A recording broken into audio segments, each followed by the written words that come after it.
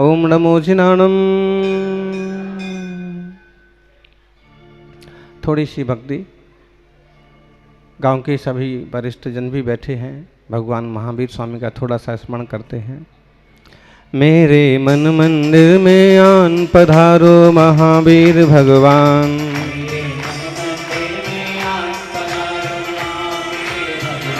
मेरे मन मंदिर में आन पधारो महावीर भगवान।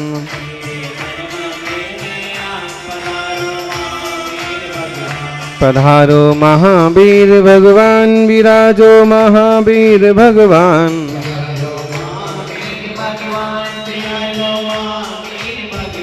पधारो महावीर भगवान, विराजो महावीर भगवान।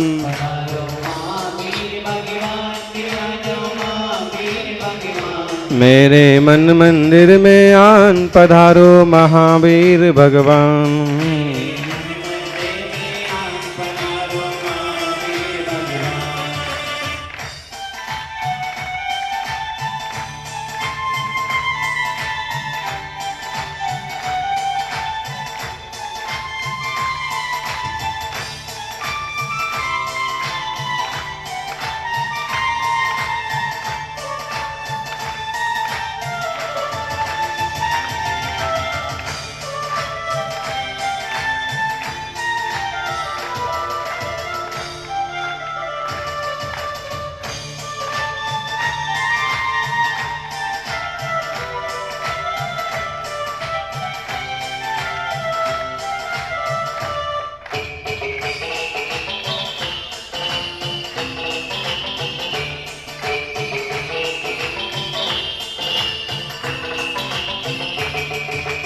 प्रभु जी तुम आनंद सरोवर, रूप तुम्हारा महामनोहर।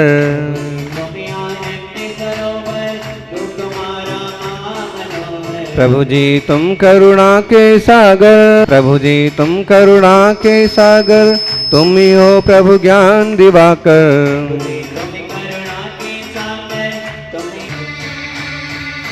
हो जाए सबका कल्याण, पधारो महावीर भगवान।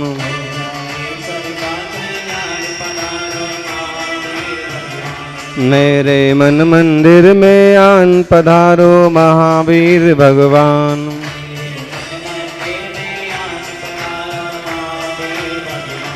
मेरे मन मंदिर में आन पधारो महावीर भगवान। मेरे मन मंदिर में आन पधारो महावीर भगवान। मेरे मन मंदिर में आन पधारो मेरे।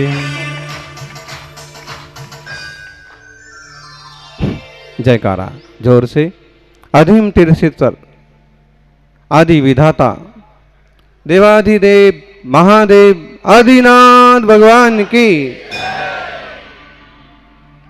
वर्तमान जिन शासन नायक वर्धमान महावीर भगवान की। आचार्य श्री आदिसागर जी महाराज की। आचार्य श्री महावीर कीर्ति महाराज की। तपस्वी सम्राट गुरुदेवाचार्य श्री सन्मति सागर जी महाराज की।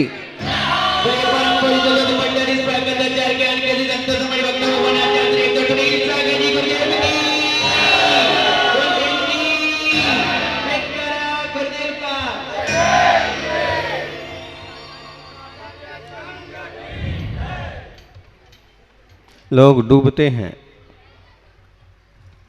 लोग डूबते हैं तो समुंदर को दोष देते हैं। लोग डूबते हैं तो समंदर को दोष देते हैं। मंजिल ना मिले तो मुकद्दर को दोष देते हैं। खुद तो संभल के चलते नहीं, खुद तो संभल के चलते नहीं, और जब ठोकर लगती है तो पत्थर को दोष देते हैं। हर व्यक्ति के जीवन में यही होता है। होश का जीवन, आनंद का जीवन, बेहोशी का जीवन, दुख का जीवन। होश में जीने का मतलब है आत्मा और परमात्मा को समझ करके जीना, और बेहोशी में जीना का मतलब है कि बस जी रहे हैं, जैसे हमारे घर की गायें जी रही हैं, भैंसें जी रही हैं, वैसे हम भी जी रहे। जैसे गांव के कुत्ते जी रहे हैं, गधे जी रहे हैं, वैसे हम भी जी रहे हैं। उनको भी उद्देश्य और लक्ष्य पता नहीं है, हमें भी उद्देश्य और लक्ष्य पता नहीं है। बेहोशी का जीवन, दुख का जीवन, होश का जीवन, सुख का जीवन। पहले ही हमारे ज्ञान पर इतना आवरण पड़ा हुआ है कि हम बड़ी मुश्किल से जान पाते हैं कि सच्चाई क्या है, सत्य क्या है, आत्मा क्या है, परमात्मा क्या है, आत्मा का हित किस चीज में है, हमारा कल्याण कैसे होगा, लोगों का उद्धार कैसे होगा, दुनिया कैसे बदलेगी। बड़ी मुश्किल से हमारे मन में कुछ अच्छी बातें आती हैं। हमारा ज्ञान इतना ढका हुआ है, और उस पर भी यदि कोई नशा करके अपने ज्ञान को, अपनी बुद्धि को बर्बाद करे, तो उसे आप बेवकूफ और जानवर ना कहोगे तो क्या कहोगे। एक बार कोई पिछड़ा हुआ आदमी है, अनपढ़ आदमी है, और ऐसी हरकतें करे तो समझ में आता है कि इसे कुछ पता नहीं है, इसलिए शराब पी लेता है, कोकीन सेवन कर लेता है और बेहोशी में जीता है। इसे पता ही नहीं है, मजदूरी करता है और नशे में डूब जाता है। और कोई समझदार पढ़ा लिखा और व्यक्ति ऐसा कर्म करे तो आश्चर्य होता है। डिग्री है, ऑफिसर है, पढ़ा लिखा है, समझ रहा है गलत क्या है सही क्या है, और फिर भी गलती करे, बेहोशी का जीवन जिए। ज्ञानी केवल 70-80 साल का जीवन है, उसमें भी गारंटी तो नहीं है। अखबार पढ़ते होगे, टीवी पर देखते होगे, मोबाइल पर आता होगा, एक टक्कर लगी गाड़ी की और बाइक सवार युवक वहीं मर गए। मस्ती में जा रहे थे, नाचते कूदते जा रहे थे और पी करके जा रहे थे। ऐसे बाइक झूम रही थी बिल्कुल जैसे स्वर्ग का विमान का आनंद ले रहे, और एक टक्कर लगी पेड़ की कि पत्थर की गाड़ी की, और वहीं ढेर हो गए। तो हम तो आयु की और उम्र की भी जिम्मेदारी नहीं ले सकते कि 70-80 साल तक कोई पहुंच जाए। ऐसे में एक एक समय, एक एक घंटा, एक एक सेकंड होश में जीने का है। ये दिगंबर मुनियों का जीने का आनंद यही है, होश, प्रयत्न, यतन, सावधानी। सावधान रहिए। सावधानी हटी, दुर्घटना घटी। बुरे विचार का बातें, बुरे विचार का बातें। एक युवक हमारे पास आए, आंखों में आंसू आ गए, महाराज जी बुरे विचार बहुत आते, बुरे विचार बहुत आते। मंदिर जाता हूं तो इच्छा होती है कि मंदिर में भगवान के ऊपर सोने के छत्र की क्या जरूरत है, मैं उठा के ले जाऊं। पैसे की पेटी देखता हूं, गुप्त भंडार देखता हूं तो ऐसे लगता है कि गुप्त भंडार उठा के ले जाऊं, मैं किसी काम में लगाऊंगा। बैठे बैठे कुछ भी विचार आते हैं, विकार भाव आते हैं, वासना के परिणाम आते हैं। हमने कहा भाई तुमने इतने बताने की हिम्मत की, इतना बताने से तुम्हारे आधे पाप तो हल्के हो ही जाएंगे। कई लोग तो बता भी नहीं पाते हैं, अपनी छुपाते रहते हैं, अपनी गलतियां छुपाते रहते।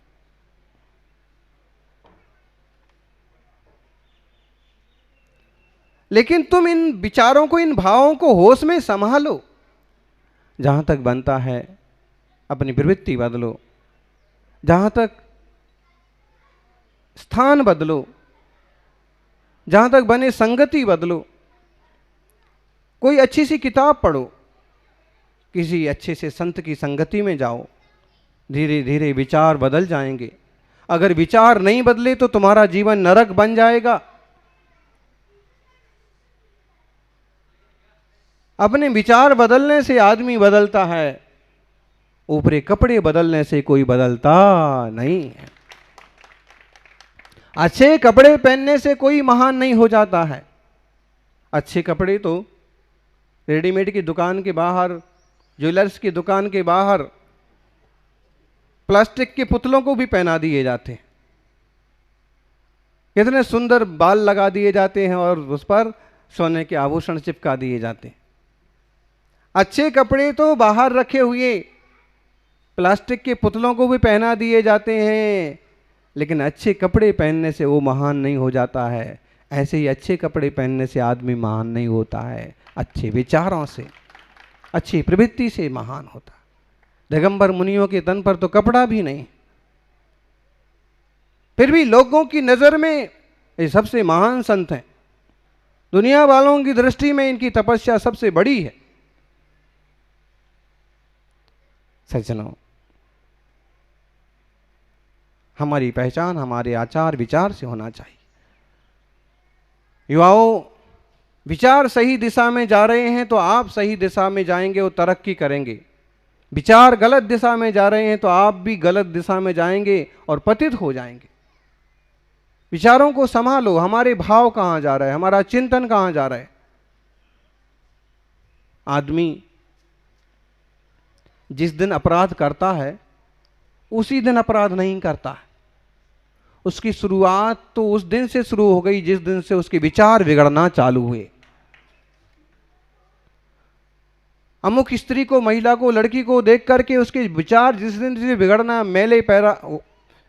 मैले होना चालू हुए, उसी दिन से पाप चालू हो गया। अपराध तो जब देह से हो गया, उठापटक हो गई, खींचतान हो गई, नुकसान हो गया, चोरी कर ली, हिंसा कर दी, तब मालूम पड़ा। महावीर स्वामी ने विचारों में जो चल रहा है उसे पाप कहा और बाहर में जो हुआ उसे अपराध कहा।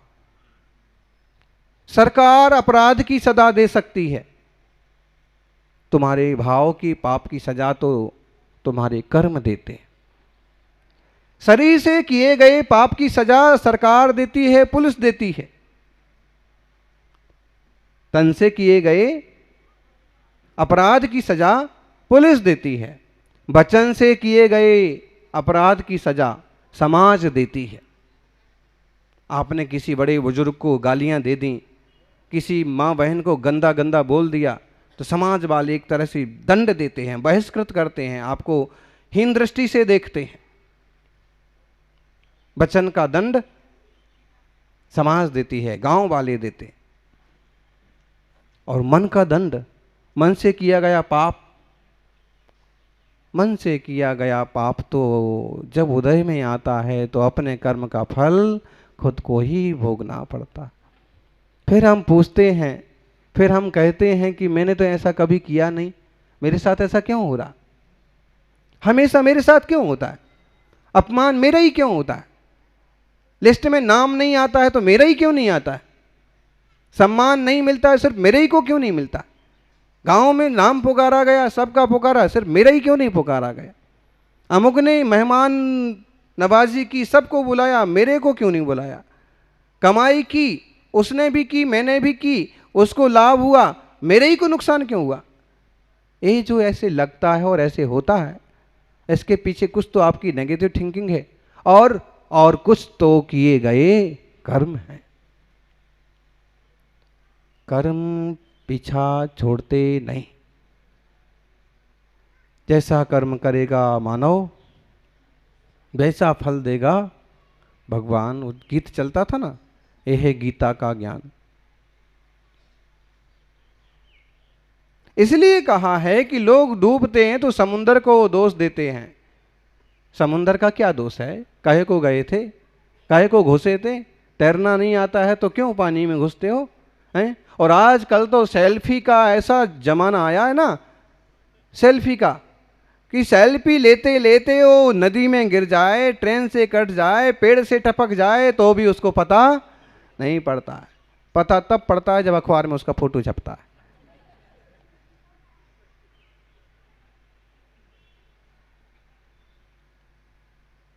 सेल्फीज, सेल्फिश, लोग इतने स्वार्थी हो गए ना कि वो सेल्फी लेने लगे।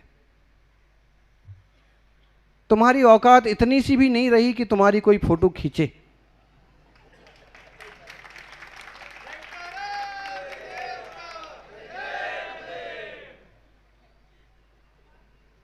इसमें से आधे लोग ऐसे ही हैं जो सेल्फी लेते हैं, और खासकर बिहार के टाइम भी। हाँ, महाराज जी को चलना मुश्किल हो जाता है। सेल्फी सेल्फी सेल्फिश मत बनिए। हम सेल्फी नहीं लेना सीखे, हम दूसरे का फोटो लें, दूसरा हमारा भी लेगा, आत्मीयता और प्रेम बढ़ता है। ये तो आविष्कार उन लोगों का है जो सेल्फिश हैं, स्वार्थी हैं, जिनके दोस्त कम हैं, जो एकाकी हैं। सेल्फिश मत बनिए, परोपकार करना सीखिए। हमारे यहाँ तो गांव के गांव एक परिवार की तरह रहते। हमारी तो एक प्रसिद्ध नीति है, वसुधैव कुटुंबकम, सारी दुनिया एक कुटुंब है, सब लोग आनंद से जिए, अच्छे से जिए, मिलजुल करके जिए। तो लोग डूबते हैं, दोष समुंदर को देते हैं, मंजिल नहीं मिलती तो दोष मुकद्दर को देते हैं। मुकद्दर को दोष मत दो, कोशिश करो, कोशिश करने वालों की। नहीं, जमाना इतना विचित्र आया है ना, सहनशीलता इतनी कम है कि अगर 10वीं वाला बच्चा फेल हो गया तो भी पंखे से लटकने को तैयार रहता। घर में पंखे क्यों लगाए गए आपको मालूम है? हैं? इसीलिए वो हवा लगे ना लगे, लेकिन गई जरा सा घाटा लग जाए, कि नुकसान हो जाए, कि अपमान हो जाए, कि शादी बराबर ना हो, कि प्यार बराबर ना मिले, कि जिसको चाहते तो छोकरी ना मिले, कि फेल हो जाओ, तो बड़ा जरा सी 2 मीटर की रस्सी बस लाने की जरूरत है, पंखा अपने घर में है। बराबर है? इतनी बेवकूफ़ी है लोगों की। एक एक व्यक्ति का जीवन बहुत कीमती है, और एक बार हारने से, एक बार फेल हो जाने से कोई जिंदगी MA BCom में फेल हो गए तो फेल होने से क्या होता है? हमारे बाप कौन से पास होते थे? अरे कभी माँ बाप ज़्यादा जोर देने लगे कि फेल हो गया, तो एक बार उनसे ही पूछ लिया कि आपकी डिग्री दिखा दो जरा। क्योंकि समझदार युवक ऐसा नहीं करेगा। तो भी इतने ज़्यादा संवेदनशील या इतने ज़्यादा हीन भाव वाले मत बनो